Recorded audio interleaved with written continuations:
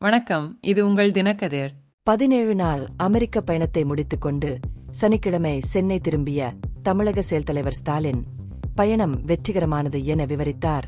19 புரிந்துணர்வு ஒப்பந்தங்கள் மூலம் 7618 கோடி ரூபாய் மதிப்பிலான முதலீடுகளை மாநிலம் பெற்றுள்ளதாக அவர் அறிவித்தார்.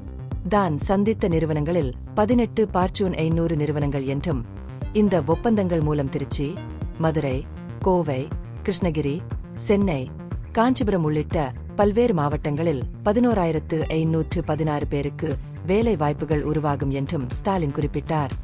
8 புரிந்துணர்வு ஒப்பந்தங்கள் சான் பிரான்சிஸ்கோவிலும் 11 சிகாகோவிலும் கையெழுத்தானதாக முதலமைச்சர் குறிப்பிட்டார்.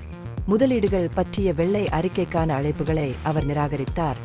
கடந்த 3 ஆண்டுகளாக தனது அரசாங்கம் வெளிப்படைத்தன்மையை பேணி வருவதாகவும் அனைத்து புள்ளி விவரங்களும் பொதுவில் கிடைக்கின்றன என்றும் கூறினார்.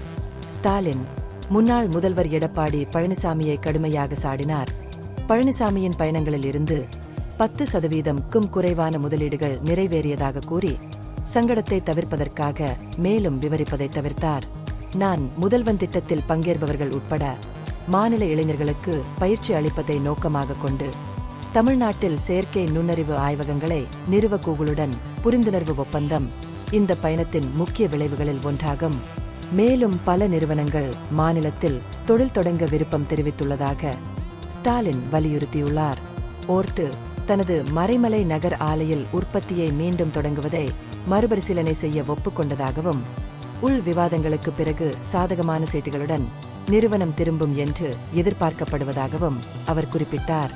தெலுங்கானா மற்றும் கர்நாடகா முறையே 31,500 கோடி ரூபாய் மற்றும் 25,000 கோடி ரூபாய் மதிப்பிலான முதலீடுகளை ஈர்த்துள்ளன என்று சுட்டிக்காட்டிய பாமக நிறுவனர் எஸ். ராமதாசின் விமர்சனங்களுக்கு பதிலளித்த ஸ்டாலின், அந்த முதலீடுகள் அரசியல் நோக்கங்களால் உந்தப்பட்டவை என்று கூறினார். தமிழ்நாட்டின் முதலீடுகள் உறுதியானவை என்றும் நிச்சயம் நிறைவேறும் என்றும் அவர் உறுதியளித்தார். ஸ்டாலின் தனது அமெரிக்க பயணத்திற்கு முன் கூறியிருந்த அமைச்சரவை மாற்றம் குறித்து கட்சி விரைவில் 75வது ஆண்டு விழாவை கொண்டாடும் என்று கூறினார். இந்த மைல்கல் நிகழ்வின் போது சில எதிர்பார்க்கப்பட்ட அறிவிப்புகள் வெளியிடப்படும் என்று அவர் பரிந்துரைத்தார். இது உங்கள் தினக்கதிர். நன்றி.